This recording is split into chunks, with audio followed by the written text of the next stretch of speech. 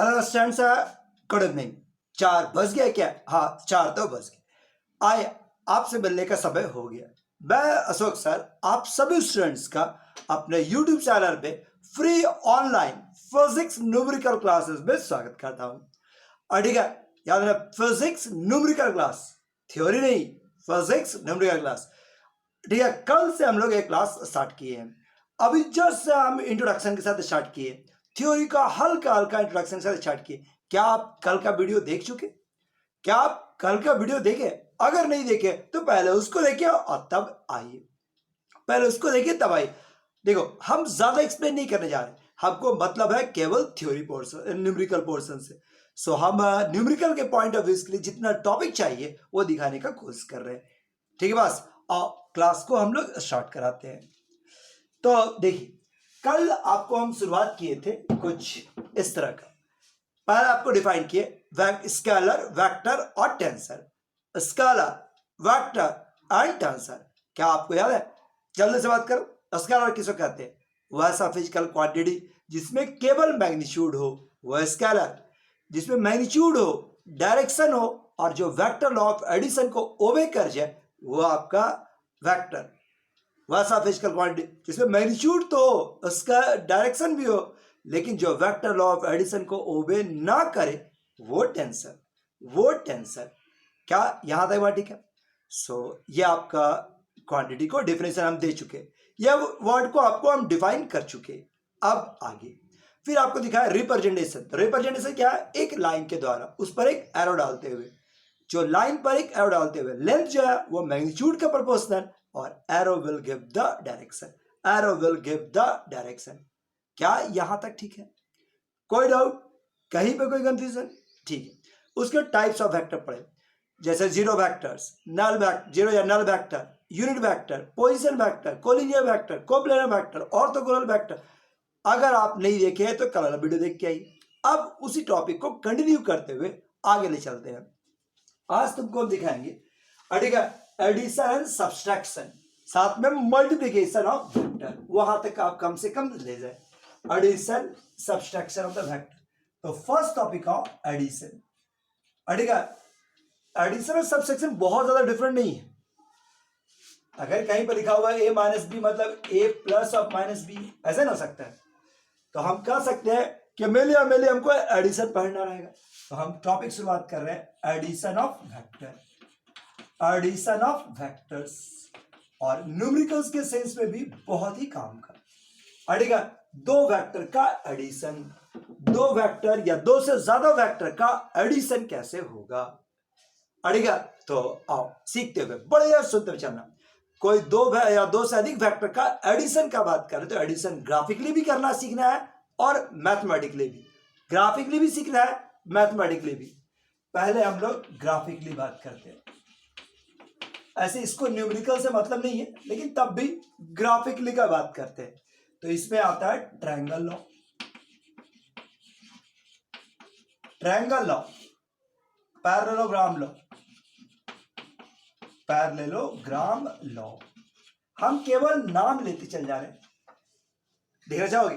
जैसे मान लो आपको दो वेक्टर दे दिया जाए, ऐसा, और ये तुम्हारा दूसरा वेक्टर ये। अब ये दो वेक्टर कहे कि इसका ऐड कर दीजिए ग्राफिकली, ए और बी दो वेक्टर, इसको ग्राफिकली ऐड कर दीजिए ट्रायंगल लॉ से, पैरेललोग्राम लॉ से। जानता कैसे होगा? तो देखो, ट्रायंगल लॉ में क्या है, दोनों वेक्टर, देखो वेक्टर में पैरेलल शिफ्टिंग का गुण होता है।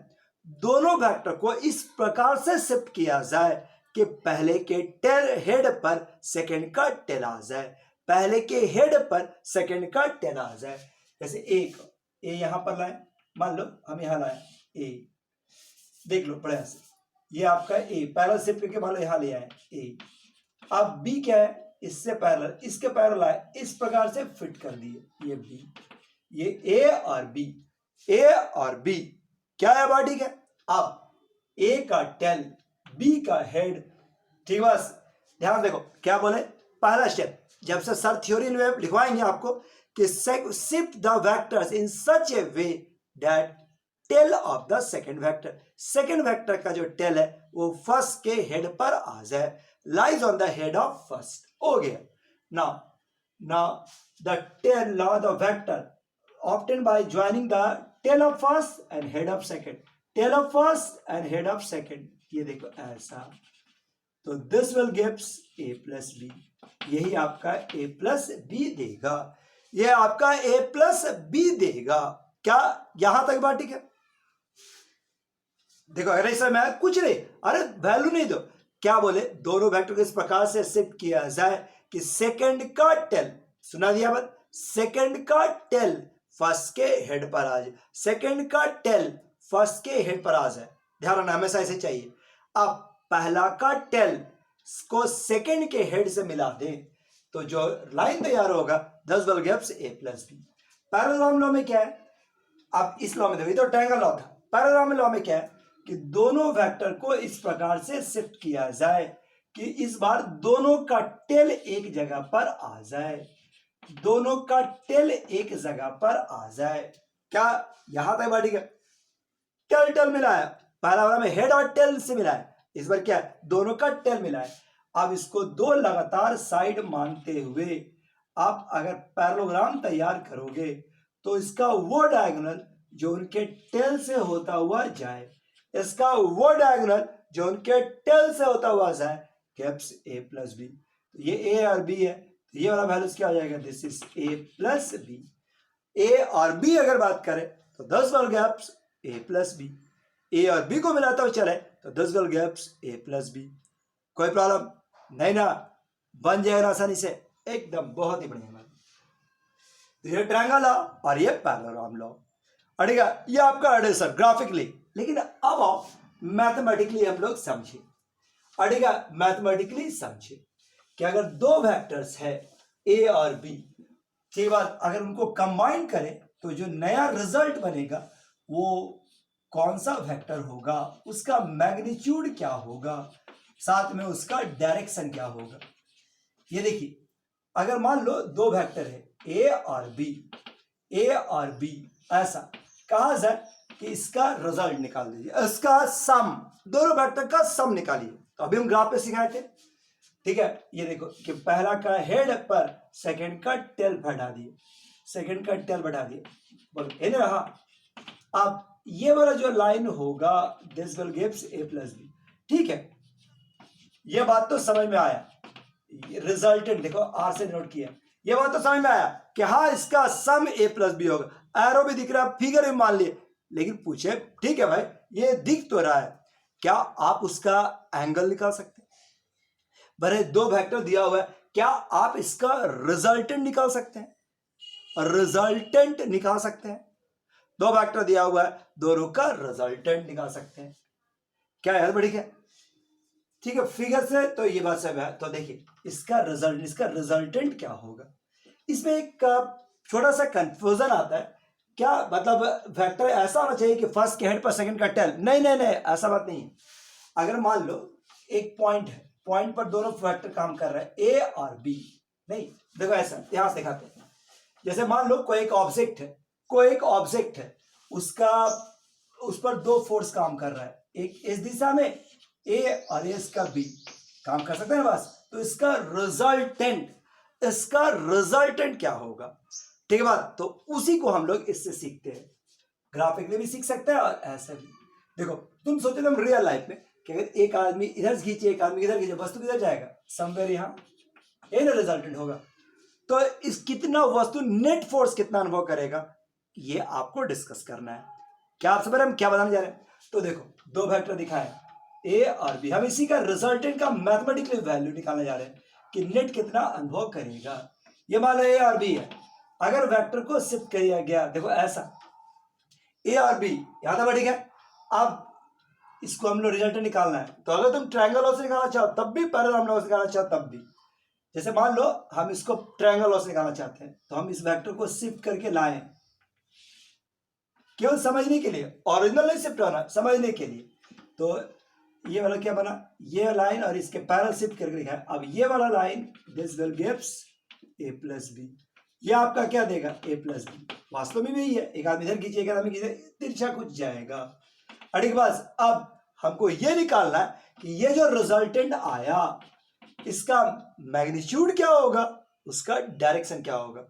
तो तुम्हारे सर जब थ्योरी में पढ़ाएंगे तो आपको पूरा डिराइव करके दिखाएंगे, पूरा डिराइव करके दिखाएंगे कि देखिए अगर मान लो ये दो फोर्स, दो वेक्टर है, उनके बीच का आपसी एंगल थीटा, उस थीटा पर बहुत कुछ डिपेंड करता है। थीटा रहा तो रिजल्टेंट कुछ यहां पर होगा और इस रिजल्टेंट का मैग्नीट्यूड कितना होगा, तो root under A square B square और 2ab cos थीटा पड़ेगा। रिजल्टेंट का मैग्नीट्यूड इतना और साथ में एंगल कितना बनाएगा, देख लो बड़े से।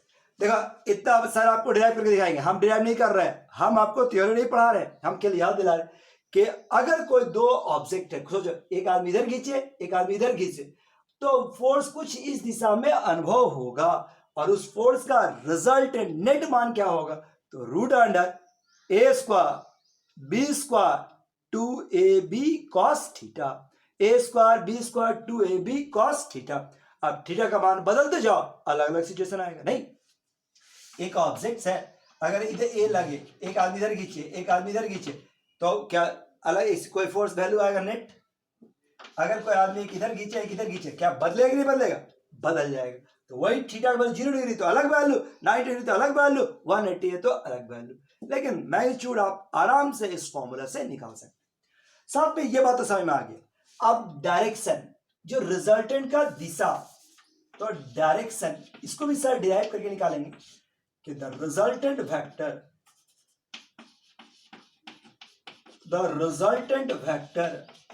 makes an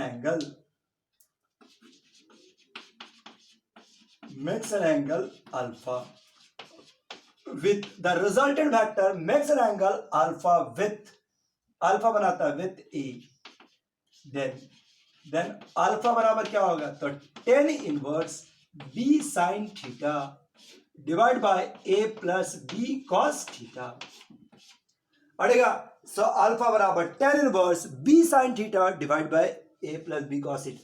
मतलब इसके मदद से आप ये निकाल सकते हैं कि जो रिजल्टेंट है उसका मैग्नीट्यूड तो इतना होगा और वो कुछ इस दिशा में काम करेगा, कुछ इस तरह से काम करेगा।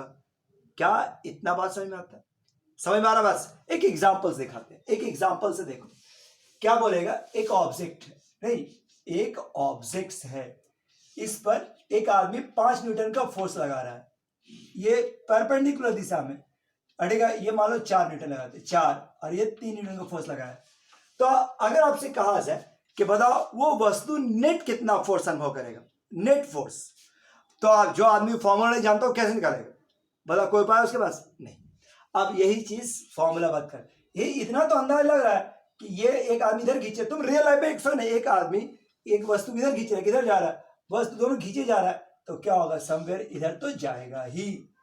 अब टोटल वो फोर्स कितना होगा और वो वाला एंगल आपको निकालना है। मान लो तो अभी जो हम फॉर्मूला लिखे उससे आप निकाल सकते हैं कि रिजल्टेंट कितना फोर्स अनुभव करेगा, तो root under 3 square 4 square 2 into 3 into 4 into cos 90 अड़ेगा, कॉस 90। ये देखिए रूट अंडर ये वाला क्या हो गया 9 प्लस 16 अब प्लस 90 का वैल्यू 0 यानी कि 25। सो टोटल कितना अनुभव करेगा 5 न्यूटन। अरे सोचो एक 3 लगाया 4 लगाया, अब मात्र अनुभव कितना किया 5, कारण कि वो दोनों आपस में परपेंडिकुलर थे। अब डायरेक्शन क्या होगा, वो डायरेक्शन देख लीजिए कि किस दिशा में, एक आदमी इधर खींच रहा था एक आदमी किधर जा रहा है, वस्तु तिरछा जा रहा है, तो डायरेक्शन अल्फा बराबर tan इनवर्स b साइन यानी कि 3 साइन 90 डिग्री 3 साइन 90 डिग्री और divide by 4 plus 3 cos 90 degree अड़ेगा विथ 4 न्यूटन्स। सो 90 का वैल्यू 1 कॉस 90 0 यानी कि 3/4 tan इनवर्स 3/4 विथ 4 न्यूटन। अब 10 इनवर्स 3/4 अभी तुम लोग नहीं जानता है, ये मान है 37 डिग्री का यानी कि 37 डिग्री विथ 4 न्यूटन। यानी कि अगर ऑब्जेक्ट पर कुछ ऐसा फोर्स लगे तो ऑब्जेक्ट 4 न्यूटन के वाला जो लाइन है उसके साथ 37 डिग्री बनाता हुआ दिशा में जाएगा। कितना फोर्स अनुभव करेंगे 5। चलो ठीक है, यही इसका रिजल्टेंट्स। ये इसका रिजल्टेंट, कि आपका रिजल्टेंट निकालने का तरीका ये। अगर दो वेक्टर्स है तो रिजल्टेंट निकालने का तरीका ये। क्या यहां तक बात ठीक है? अगर दो वेक्टर दिया हुआ है तो रिजल्टेंट निकालने का तरीका ये। अगर दो से अधिक हो जाए, अगर दो से अधिक हो जाए तब क्या होगा? तो दो से अधिक के लिए आपको कंपोनेंट्स को यूज करना पड़ता है, तो उसके लिए थोड़ा वेट कीजिए। अड़ेगा दो से अधिक वेक्टर को भी कंपोनेंट के मेथड से सिखाएंगे, थोड़ा सा वेट करना होगा। अड़ेगा थोड़ा सा वेट कीजिए तो ज्यादा अच्छा समझ में आएगा। अभी हम लोग एक दो टॉपिक के बाद आपको कंपोनेंट और रेजोल्यूशन सिखा लेंगे, तब आपको हम सिखाएंगे। ठीक है बात? चलो आगे। अब नेक्स्ट टॉपिक क्या था? एडिशन के बाद subtraction. Subtraction of vector, vector का सब्सट्रैक्शन। ठीक है, तो इसका कंसेप्ट यही है कि अगर a माइनस बी दिया हुआ है, मतलब a plus of minus B.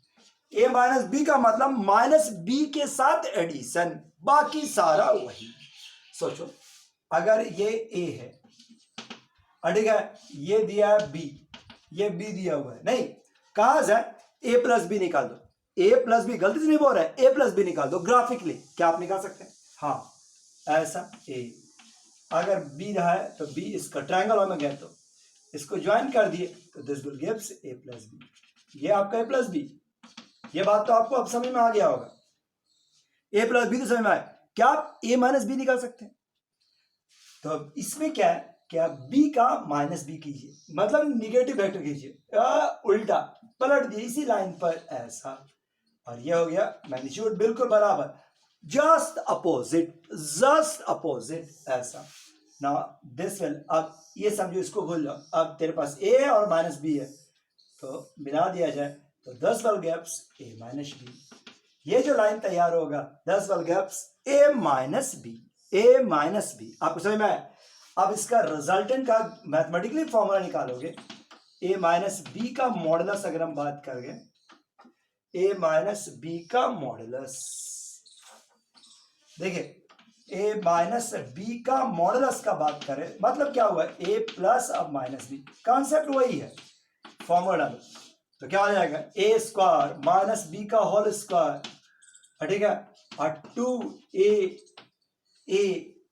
दोनों का मैग्नीट्यूड चलता है ना, ये a और ये हो गया b और cos। बताओ a और माइनस बी के बीच का एंगल, अगर a और b, ये a वेक्टर था, ये b वेक्टर था, दोनों के बीच का एंगल था थीटा, तो a इधर और माइनस b के बीच का एंगल कितना रह जाएगा? 180 माइनस थीटा। ये सब सर थ्योरी में पढ़ाएंगे आपको। 180 माइनस थीटा।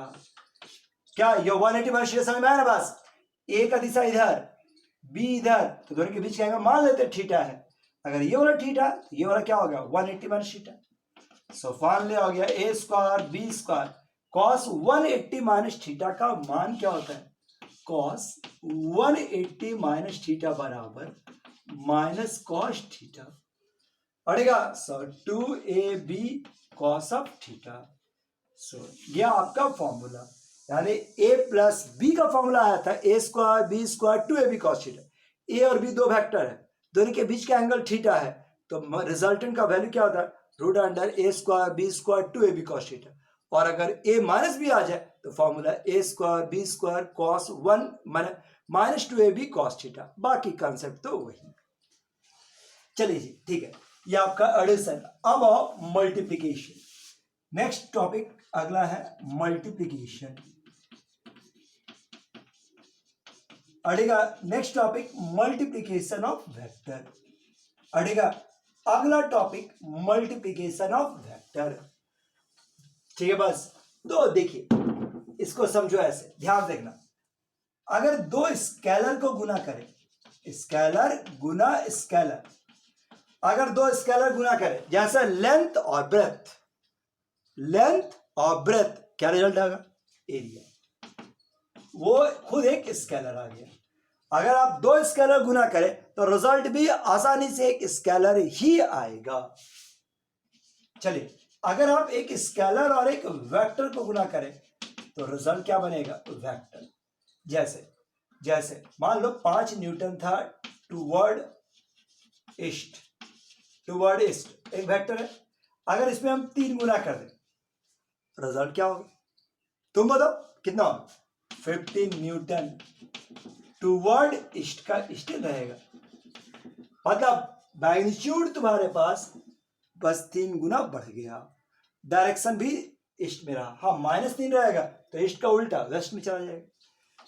लेकिन केवल कहते हैं इतना सी हद तक ना, एक स्केलर और वेक्टर गुना करेंगे तो रिजल्ट एक वेक्टर क्वांटिटी बनेगा जिसका डायरेक्शन पुराने वाले वेक्टर की दिशा में या उससे अपोजिट। चलिए अब अगर हम 2 वेक्टर को गुना करें, 2 वेक्टर को गुना करें, अगर यूनिटरी मेथड से बात करें, सर आप स्केलर स्केलर स्केलर बोले, स्केलर वेक्टर वेक्टर बोले, अगर 2 वेक्टर गुना कर तो क्या बनेगा? तो सुनने में लगता है वेक्टर, लेकिन क्या स्केलर होगा? नहीं, ये फिक्स नहीं है। 2 वेक्टर को जब गुना करते हैं ना तो स्केलर भी बनता है और वेक्टर भी बन जाता है। स्केलर भी और वेक्टर भी दोनों एक साथ नहीं, दोनों एक साथ नहीं, माने कुछ केस में वो स्केलर बनता है तो कुछ केस में वो वेक्टर बनता है। किस केस में स्केलर बनेगा, किस केस में वेक्टर बनेगा, ये ऑब्जेक्ट के नेचर पर डिपेंड करता है, वो फिजिकल क्वांटिटी के नेचर पर डिपेंड करता है, उसके कैरेक्टर पर डिपेंड करता है। इसलिए हम लोग मतलब हम और तुम उसको गेस नहीं कर सकते। माने 2 फिजिकल क्वांटिटी आप दे दें आपको हम, तो आप अंदाजा क्या मैथमेटिकल कैलकुलेशन से नहीं बता सकते कि वो स्केलर बनेगा या वेक्टर।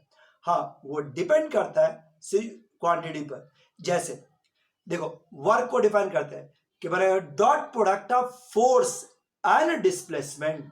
फोर्स है वेक्टर क्वांटिटी, फोर्स और डिस्प्लेसमेंट, डिस्प्लेसमेंट ये दोनों वेक्टर क्वांटिटी है।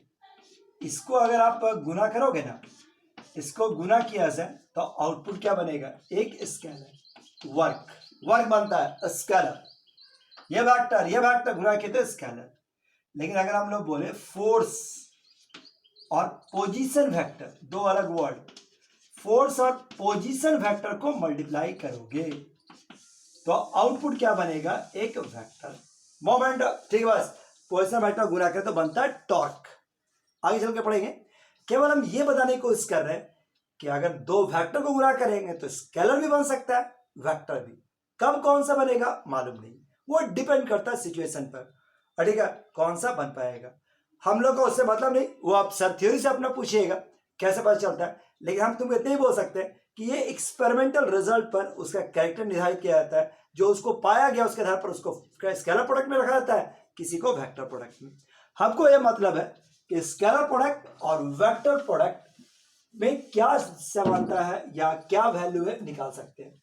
तो देखो हम इस तरह से पढ़ा रहे हैं इसको, स्केलर प्रोडक्ट, स्केलर प्रोडक्ट, और यह हो गया वेक्टर प्रोडक्ट। स्केलर प्रोडक्ट और यह हो गया वेक्टर प्रोडक्ट। देखिए सर जी, स्केलर प्रोडक्ट और वेक्टर प्रोडक्ट, इसमें वर्ड में आओ, बताओ डेफिनेशन। डेफिनेशन, 2 वेक्टर का वैसा प्रोडक्ट जिससे आउटपुट एक स्केलर आए। 2 वेक्टर का वैसा प्रोडक्ट जिसका आउटपुट एक स्केलर आए। ठीक है, वेक्टर गुना वेक्टर, ठीक है, वेक्टर, ठीक है, वेक्टर और वेक्टर को गुना करे, आउटपुट एक स्केलर आ जाए तो that is called scalar product. ये आपका स्केलर आ जाए तो स्केलर प्रोडक्ट। और 2 वेक्टर को गुना किया जाए, अगर आउटपुट एक वेक्टर आ जाए तो उसको हम लोग कह सकते हैं vector product. The product of 2 vector which produce a scalar, scalar product produce a vector is called vector product. इसका सिंबल, ठीक है, इसका सिंबल देखो ए, इसको नोट किया जाता है डॉट मार्क के द्वारा। अगर 2 वेक्टर के बीच में डॉट पड़ गया मतलब कंफर्म है कि वह स्केलर ही देगा, वह कंफर्म है स्केलर देगा। और यह रिप्रेजेंटेशन है, स्पेशल सिंबल बनाया गया, इसी कारण इसका एक नाम पड़ा है डॉट प्रोडक्ट। जबकि इसमें क्या है कि 2 वेक्टर के बीच में क्या रहता है? क्रॉस, और आउटपुट क्या देगा? एक वेक्टर। अगर 2 वेक्टर है, दोनों वेक्टर के बीच में डॉट साइन पड़ जाए तो हमको आउटपुट देगा स्केलर, डॉट क्रॉस पड़ जाए तो वो वेक्टर। इसीलिए इसको स्केलर प्रोडक्ट भी बोलते हैं, वेक्टर प्रोडक्ट भी बोलते हैं। एक चीज, दो चीज बता दीजिए। अब मैग्नीट्यूड, तो ए डॉट बी का मॉडुलस, देखो ये पहला, ये दूसरा, ये तीसरा, कोई भी दो वेक्टर के मॉडुलस क्या होता है? तो A B cos theta, where theta is the angle between A and B, A और बी के बीच का एंगल है। ए क्रॉस बी का मॉडुलस क्या हो जाएगा? A B sine theta. देखिए ए और बी दो वेक्टर है, बीच का एंगल है थीटा, तो ए डॉट बी निकालेंगे तो आएगा ए बी कॉस थीटा, और ए बी साइन कहां से आया वो सर से पूछिए। लेकिन हाँ, अब ये तय कर सकते हैं, ये दोनों केवल डिफिनेशन है, सर को परेशान करने की जरूरत नहीं। ये डिफाइन किया गया कि अगर दो वेक्टर के बीच का डॉट प्रोडक्ट होगा तो आउटपुट क्या देगा? ए बी कॉस थीटा, और ये हो गया ए बी साइन थीटा। ये क्या? ये इसका, चूंकि ये स्केलर बनेगा तो कोई डायरेक्शन नहीं होगा, नो डायरेक्शन, जबकि इसमें क्या होगा? इसका डायरेक्शन आपको, और ये कह सकते हैं perpendicular to A and B both, perpendicular to the plane containing A and B, plane containing A and B, अड़ेगा उस प्लेन से परपेंडिकुलर होगा containing A and B, जिस पर A और B मौजूद है। Perpendicular to the plane containing A and B, exact direction के लिए फ्लेमिंग लेफ्ट हैंड रूल। हम देखो बहुत ही काम का है फ्लेमिंग लेफ्ट हैंड रूल, आप बढ़िया से देखो फ्लेमिंग लेफ्ट हैंड रूल, ये फ्लेमिंग अड़ेगा दो वेक्टर ए बी, तो आउटपुट ये ए क्रॉस बी। ध्यान देना, दो वेक्टर का अगर आपको ए क्रॉस बी का एग्जैक्ट डायरेक्शन दिखाना है तो अपने लेफ्ट हैंड को उठाइए। अड़ेगा ये देखिए अपना लेफ्ट हैंड, अगर हम फर्स्ट वेक्टर ए इस पर रखेंगे, फर्स्ट वेक्टर फॉर ये मिडिल फिंगर पर, और ये आपका second vector A cross B, तो ये देगा ए क्रॉस बी। सीढ़ी चढ़ना है A B A cross B, माना किसी को भी ए मान लेना ऐसा नहीं है, हमेशा मिडिल फिंगर को ए, फोर फिंगर को बी, तो आउटपुट का जो डायरेक्शन होगा ए क्रॉस बी वो अंगूठा के द्वारा दिया जाएगा। और ठीक है, देखो यही ऐसा, ये आपका ए, ये आपका मिडिल फिंगर, ये आपका बी, ये आपका फोर फिंगर, और ये आपका ए क्रॉस बी, ये आपका थंब के द्वारा दिया जाएगा। सो आपका डायरेक्शन, एग्जैक्ट डायरेक्शन आपको फ्लेमिंग लेफ्ट हैंड रूल फिर समझ लो। ऐसा नहीं कि जब पढ़े, मान लो अभी आप कोई नहीं पढ़ पाया तो सर का वेट कर, ऐसा नहीं है, अभी भी ध्यान दो ना। Fleming left hand rule, first A B तो ए क्रॉस बी, ऐसा स्ट्रेच करो, ऐसा रखने की जरूरत नहीं है। पर सीढ़ी चढ़ते हुए देखो, सीढ़ी चढ़ते हुए ए मिडिल फिंगर पर ए, इस पर बी, तो ये ए क्रॉस बी, यही आपका ए क्रॉस बी देगा। क्या याद है वर्डिक है? एक दो अंतर और है और चलते चले। ठीक है, पांचवा अंतर इसमें डॉट प्रोडक्ट। अड़ेगा डॉट प्रोडक्ट का एक ज्योमेट्रिकल मीनिंग है कि ए डॉट बी बराबर क्या होता है?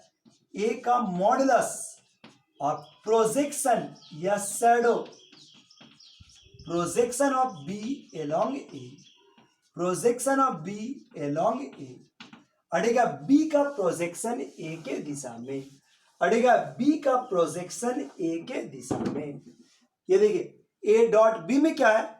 एक का मैग्नीट्यूड और दूसरे का प्रोजेक्शन और shadow along first, projection of second along first. अड़ेगा अब यहां पर आइए 5 में, इसमें क्या था? ए क्रॉस बी का मतलब क्या होता है? Area of parallelogram, area of parallelogram form by A and B, A and B, मतलब ए और बी के मदद से जो पैरेललोग्राम बनेगा उससे उसके बराबर और डायरेक्शन उससे परपेंडिकुलर। मतलब ए डॉट बी में क्या है? एक का मैग्नीट्यूड और दूसरे का शैडो का लेंथ। जैसे देखो ए दिया हुआ है, बी दिया हुआ है, तो एक का मैग्नीट्यूड और बी का शैडो, ये शैडो बना तो ये वाला शैडो, ये लेंथ ऑफ शैडो, एक का मैग्नीट्यूड और बी का शैडो, ये आपका ए डॉट बी। क्रॉस में क्या होता है? अगर ए और बी दो वेक्टर है, ए और ये बी, अड़ेगा ए और बी, तो इसके मदद से जो पैरेललोग्राम तैयार होगा इसके एरिया शो करेगा ए क्रॉस बी। क्या याद बड़ी है? और बताएगा ठीक है, इसमें तुम्हारे पास क्या है, ये कॉम्यूटेटिव लॉ को ओबे करता है, मतलब ए डॉट बी कॉम्यूटेटिव मतलब क्रम विनिमय नियम, आगे पीछे कर दोगे तो कोई फर्क नहीं पड़ेगा। जबकि ये क्या है, ये आपका एंटी कॉम्यूटेटिव लॉ ओबे करता है, बी क्रॉस ए। ठीक है, बस कुछ इस तरह का, तो ये कुछ अंतर है जो हम लोग को जरूरत पड़ता हुआ रहेगा। क्या इतना बात ठीक है? डायरेक्शन बहुत कीमती, वेर मैग्नीट्यूड बहुत कम से। ठीक है, आज के लिए इतना ही रहने दिया जाए। नेक्स्ट क्लास में हम लोग थ्योरी को थोड़ा और कंटिन्यू करेंगे, फिर न्यूमेरिकल में स्टार्ट करेंगे। ठीक है, थैंक यू, बाय बाय।